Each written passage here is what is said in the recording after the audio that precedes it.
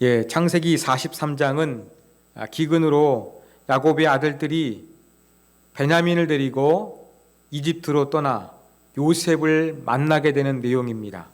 그리고 요셉과 그 형제들이 만남을 통해서 갈등과 감정이 조금씩 해결되는 내용으로 그렇게 전개되고 있습니다. 이러한 창세기 43장을 성경이 기록된 순서대로 우리가 살펴보도록 하겠습니다. 자, 음식이 이제 거의 떨어져 가니까 걱정이 됩니다. 그런데 아직 시므온은 인질로 잡혀 있고, 시므온을 데려오려고 하면 베냐민을 데려가야 되는데 가장되는 야곱은 베냐민 데려가는 것을 허락지 않습니다. 그래도 양식이 없으니까 어쩔 수 없이 베냐민을 보낸단 말은 야곱이 하지 않습니다. 양식을 사오라고 합니다. 이때 유다가 이제 아버지에게 이야기하죠. 베냐민을 데려가지 않으면 안 된다는 것을 이야기를 합니다. 그러니까 6절에 보니까 이스라엘, 즉 야곱이죠. 야곱이 이렇게 이야기합니다. 니네들 왜 쓸데없는 이야기 해가지고, 왜 동생이 있다는 이야기를 해가지고 그 사람이 베냐민을 데려오게 하느냐. 그냥 가만히 조금 진중하게 가만히 있지. 왜 이렇게 가정사 너희들이 이렇게 떠벌려가지고 나한테 이렇게 괴로움을 당하게 하느냐. 이런 식으로 이제 이야기를 했습니다. 그러니까 야곱만 대답하는 것이 아니라 7절에 보면 그들이, 즉 다른 야곱의 아들들이 모두 어떻게 이야기합니까? 그 사람이 우리와 우리 친족에 대해서 자세히 물었다. 아버지가 살아있느냐, 아우가 있느냐, 여러 가지 꼬치꼬치 여러 가지 그 가정사에 대한 정보를 자꾸 물으니까 우리가 어쩔 수 없이 대답했고, 대답한 것 가운데 아우를 데리고 오라 이렇게 말할 줄은 몰랐습니다, 아버지. 이렇게 반문하는 거였습니다. 그러나 여러분, 성경을 읽다 보면 야곱의 아들들은 여기에서 자기에게 상황을 유리하게 조금 꾸미고 있습니다. 성경에서는 원래 요셉이 가정사에 대해서 정확히 물어본 적이 없습니다. 요셉은 형들을 알아보고 꿈을 기억했습니다. 그러면서 지혜를 발휘해가지고 당신들 스파이다, 정탐꾼이다 라고 하면서 그들을 다그치기를 시작했습니다. 다그치자 이 야곱의 아들들이 스스로 우리는 아버지 한 사람의 아들들이고 12명인데 한 사람은 없어지고 한 사람은 아버지와 함께 있습니다. 이러한 정보를 술술 불었던 거예요. 그런데 자기들이 술술 불어놓고 아버지 얘기를 조금 더 안심시키고 또 자기들에게 유리한 상황을 만들기 위해서 조금 상황을 바꿔서 이야기하는 것이죠. 그 사람이 우리 집안사에 대해서 꼬치 묻다 보니까, 아우가 있는지 묻다 보니까 우리가 어쩔 수 없이 베냐민 이야기를 했습니다, 아버지. 이렇게 이야기했던 것입니다. 그러면서 이제 8절 유다가 조금 대안을 제시합니다. 원래 르우벤이 장자라서 대안을 제시했는데 아버지에게 거절을 당했습니다. 그 둘째는 원래 시므온인데 시므온은 지금 요셉의 인질로 갇혀 있습니다. 그래서 셋째 되는 유다가 나서가지고 이야기를 하지요. 아버지, 우리가 양식 구하러 가지 않으면 우리 모든 식구들 전부 다 굶어 죽습니다. 그럼 아버지, 제가 담보가 되겠습니다. 베냐민을 데려가는데 제 목숨을 담보로 데려가겠습니다. 죗값 제가 영원히 받겠습니다. 벌써 우리가 지체하지 않았으면 왕복을 벌써 2번 정도 했을 그러한 엄청난 시간이 지났습니다. 이렇게 말을 하면서 아버지를 설득합니다. 그러자 11절에 보면 이제 야곱이 그렇게 하기를 허락하지요. 그런데 허락하는데 그냥 허락해 주는 것이 아니라 조금 더 일이 잘 되기 위해서 야곱이 이야기하는 게 있습니다. 베냐민의 동행 허락하지요. 그 다음에 더 베냐민뿐만 아니라 자기 사랑하는 아들을 데려가는데 일이 실패하면 안 되니까 성공할 확률을 높이기 위해서 그 애굽의 총리 되는 사람에게 선물을 준비합니다. 11절 뒷부분에 보면 유향, 꿀, 향품, 몰약, 유향나무 열매, 감, 복숭아 이렇게 되어 있습니다. 여러분, 유향나무 열매는요 피스타치오입니다. 그 다음에 감, 복숭아는 아몬드로 생각하시면 되겠습니다. 그리고 유향과 향품과 몰약은 높은 사람에게 복종을 나타내는 그런 의미가 있어요. 예수님께 동방박사가 드렸던 것도 비슷하잖아요. 그 복종도 나타내고 또 가나안의 토산품을 준비해가지고 이제 함께 보냅니다. 여기에 플러스 돈도 넉넉하게 보냅니다. 왜요? 전에 자루를 와서 열어보다 보니까 돈이 그대로 있거든요. 잘못하면 아들들이 도둑으로 몰립니다. 여기에 대해서 야곱의 생각은 바로 무엇이었느냐? 계산 착오가 있었다. 그러니까 착오가 있었으니까 돈을 돌려주고 또 양식을 살 수 있는 돈을 얹어 가지고 아들들에게 보내서 일이 잘 될 수 있도록 그렇게 보냅니다. 14절 보면 어떻게 합니까? 기도하죠. 전능하신 하나님 앞에 기도를 합니다. 그리고 모든 것들을 전부 다 이렇게 내려놓습니다. 내가 자식을 잃게 되면 이르리로다. 하나님의 도우심이 있으면 좋지만 또 잃게 되면 그 잃게 되는 최악의 상황을 그렇게 각오하면서 보내는 야곱의 심정이 나타나 있습니다. 자, 그래서 이제 아버지의 명령대로 모든 걸 준비해서 이제 베냐민을 데리고 애굽을 향해서 떠납니다. 16절 이하는 애굽에 도착한 야곱의 아들들이 요셉을 만나는 장면이 기록되어 있습니다. 자, 요셉을 찾아왔습니다. 그러자 요셉은 어떻게 하느냐? 자기의 청지기, 즉 자기 집의 관리인에게 그 자기 형들을 집으로 데려가서 식사할 거니까 식사 준비를 하게 합니다. 내가 점심때 들어가서 그들과 함께 식사할 것이다. 이러한 명령을 내리는 것이지요.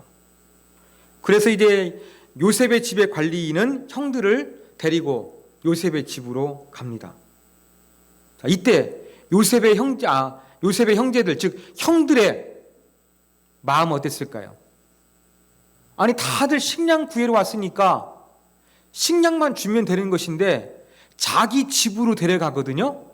공적인 공간이 아닌 사적인 공간으로 데려갑니다. 불안한 겁니다.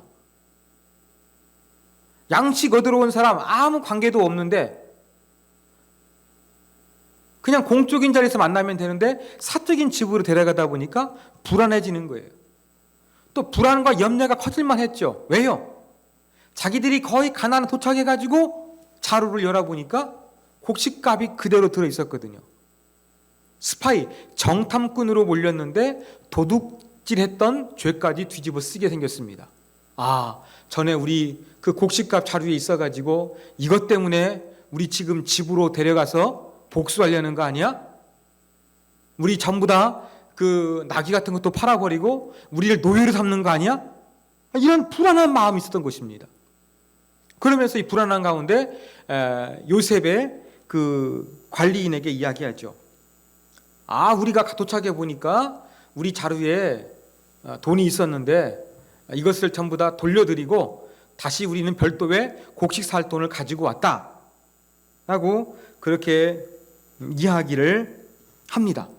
그래서 누가 우리 곡식 자루에 돈을 넣는지 우리가 알지 못한다. 도둑이 아니라는 것이죠. 돈 넣은 사람은 누구였느냐? 바로 요셉의 관리인이었어요. 근데 관리인이 어떻게 합니까? 요셉이 시켰겠지요. 전혀 모르는 것처럼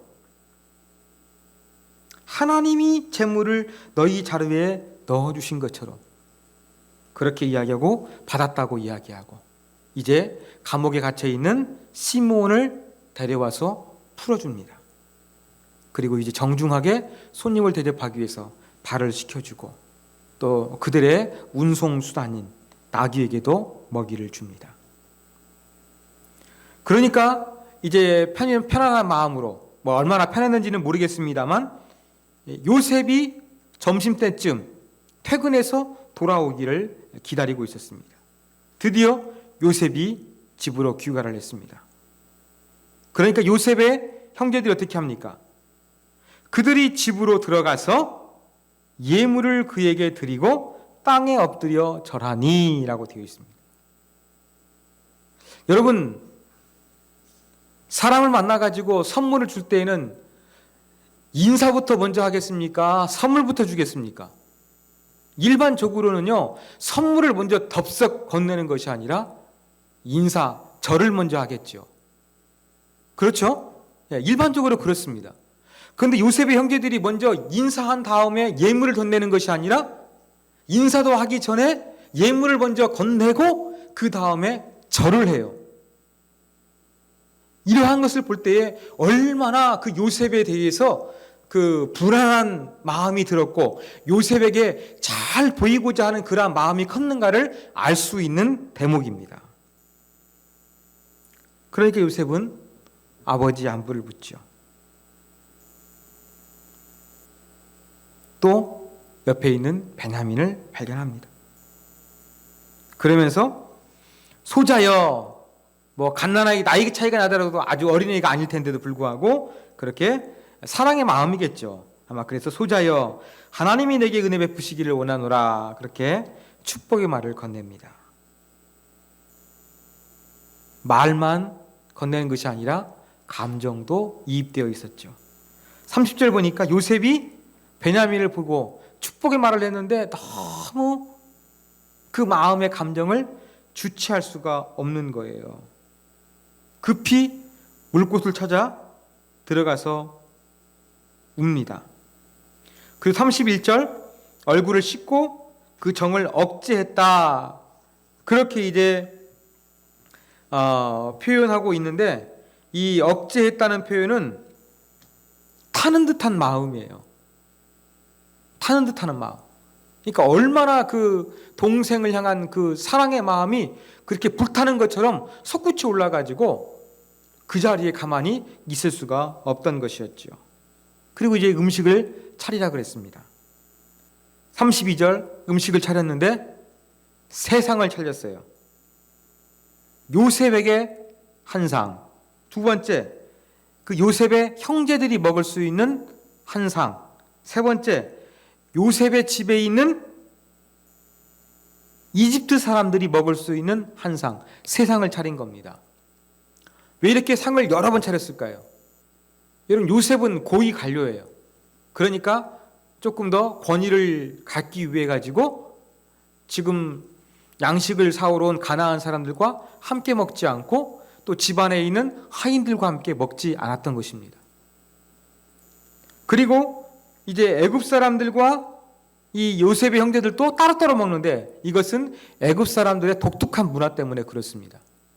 여러분, 이집트 사람들은요, 이방 민족하고 함께 식사하는 것을 극도로 싫어했습니다. 헤로도투스, 디오도루스, 스트라보, 이러한 자료에 의하면 이집트 사람들은 외국 사람들과 식사하는 걸 아주 싫어했어요. 여러분, 수소 있잖아요. 암소가 아니라 수소. 이 수소고기는 이집트 사람들은 먹지 않았거든요. 그런데 그리스 사람들은 먹습니다. 그렇다 보니까 이집트 사람들은 수소고기를 안 먹는데 수소고기를 먹는 이집트 사람들과 인사하면서 입을 맞추는데 입 맞추는 거 거부합니다. 그리고 그리스 사람들이 수소를 먹으니까 주방에서 쓰는 여러 가지 주방 기구가 있잖아요. 그리스 사람들이 쓰는 기구는 이집트 사람들은 전혀 사용하지 않았습니다.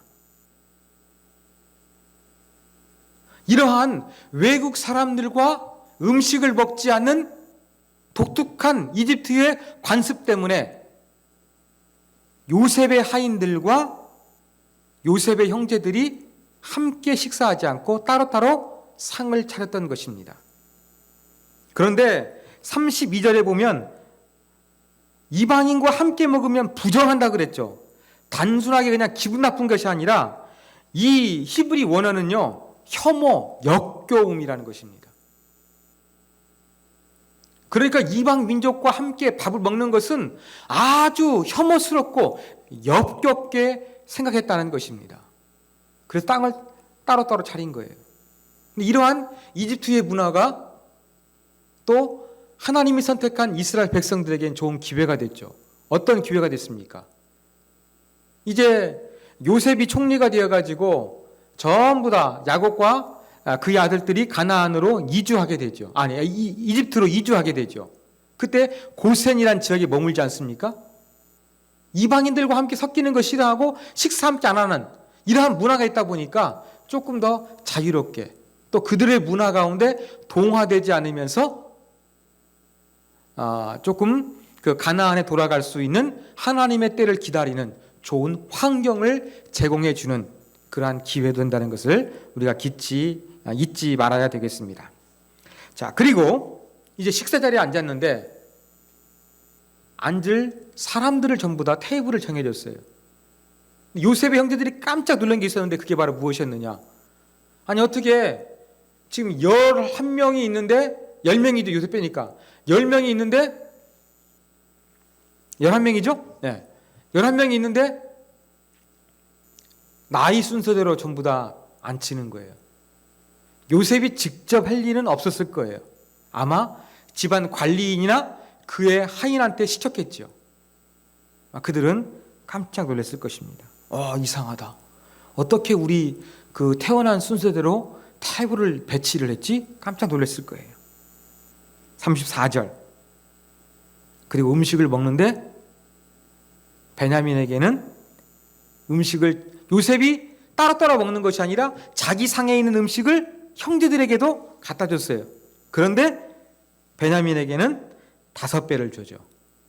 그러면서도 어떻습니까? 그들이 함께 즐겁게 식사를 했다. 이런 내용으로 끝이 나고 있습니다. 자, 이러한 내용을 통해서 우리가 배울 수 있는 이 교훈점이 있습니다.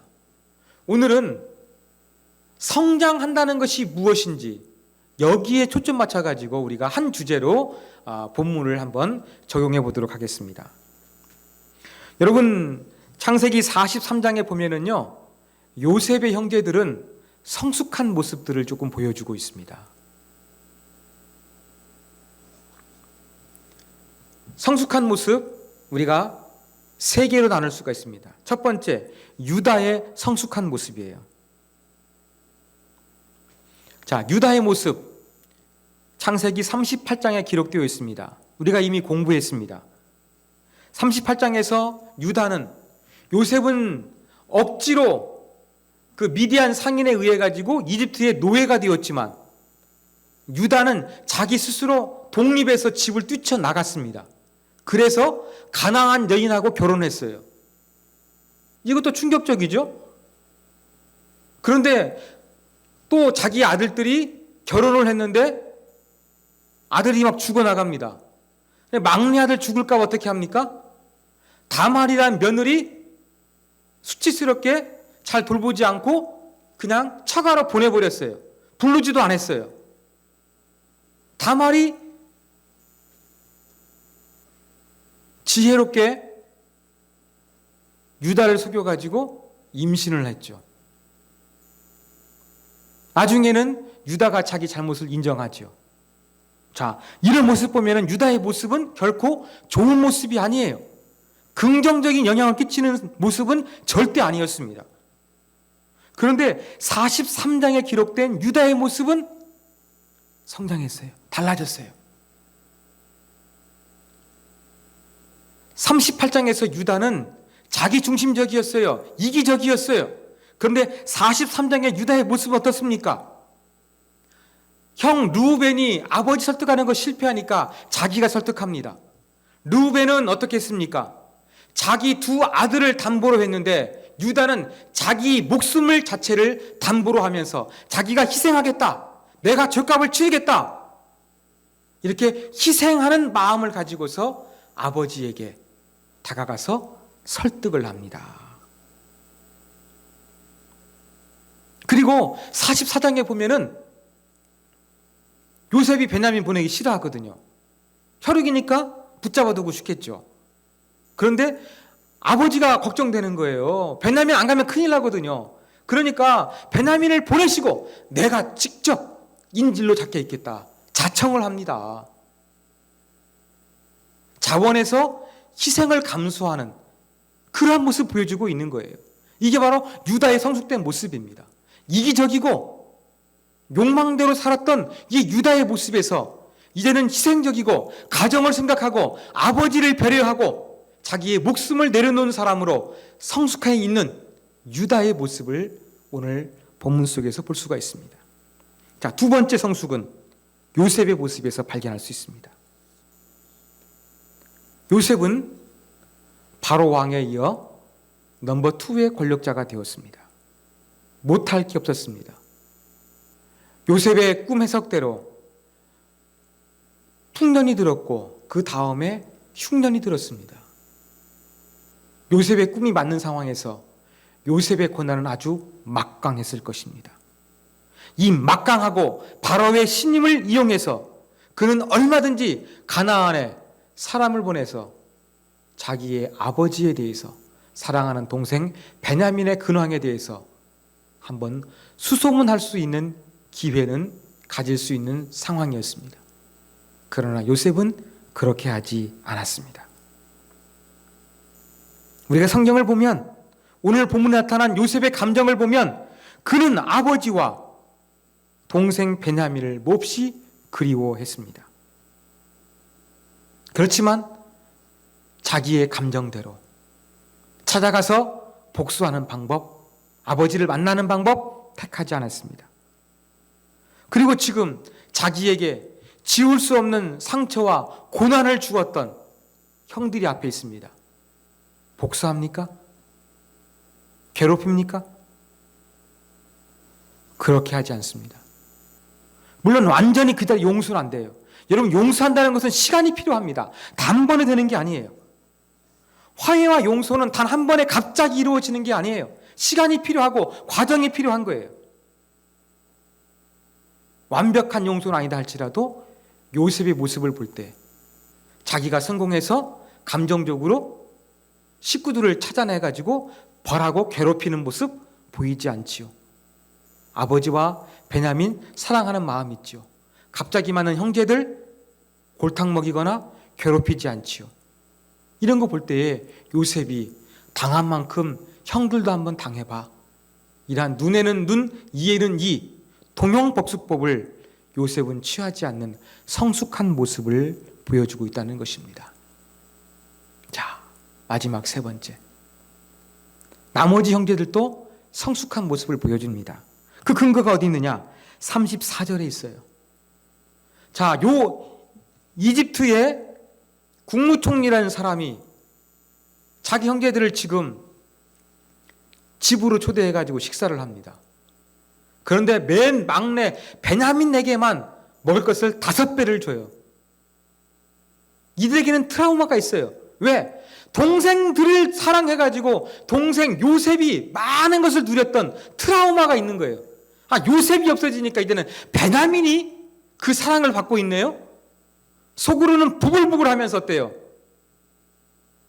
요셉 있을 때에는 요셉을 좋아하고 이번에는 베냐민을 좋아해? 시기하고 질투할 수 있잖아요. 그런데 오늘 본문을 보십시오. 그런 모습 보여주고 있습니까? 아니죠. 그들이 마시며 요셉과 함께 뭐 했다고요? 즐거워하였더라. 시기와 질투하는 마음 하나도 없었습니다. 옛날같이 이제 그 동생에 대해서 조금 더 사랑과 뭔가 더 그들에게 많이 간다고 해가지고 경쟁하고 시샘하지 않았습니다. 조금 동생을 많이 주더라도 기쁜 마음으로 식사하는 성숙한 모습을 보여줬습니다. 자, 야곱 유다의 성숙한 모습, 요셉의 성숙한 모습, 나머지 형제들의 성숙한 모습을 통해서 가족 간에 이루어지기 힘든 화해가 이루어질 수 있는 그러한 가능성이 열리게 되었다는 것을 오늘 본문을 통해서 우리는 발견할 수가 있습니다. 하나님도 저와 여러분에게 이러한 성숙한 모습을 원하실 것입니다. 유다가 그랬던 것처럼 이전보다 성숙하십시오. 요셉이 그랬던 것처럼 내가 당한 대로 갚아주겠다는 이러한 마음 내려놓으십시오. 나머지 형제들도 요셉에게 너무 잘해줬을 때 시샘하고 없애버리려 했지만 이제는 베냐민에게 5배가 가도 즐거워하는 사람으로 변해 있습니다. 하나님은 이렇게 시간이 지나면서 저와 여러분도 성숙해지기를 원합니다. 변화되기를 원합니다. 달라지기를 원합니다. 이렇게 점점점 우리가 성숙해질 때에 이 야곱의 가정, 이 요셉을 중심으로 인해서 화해가 완전히 이루어지는 그러한 회복의 은혜가 있던 것처럼 저와 여러분이 하나님 앞에서 점점점 성숙해짐으로 말미암아 화해하고 더 큰 하나님의 풍성한 은혜를 누릴 수 있고 복을 누릴 수 있는 사람으로서 변해갈 수 있는 우리 모두가 되기를 주님의 이름으로 부탁드립니다.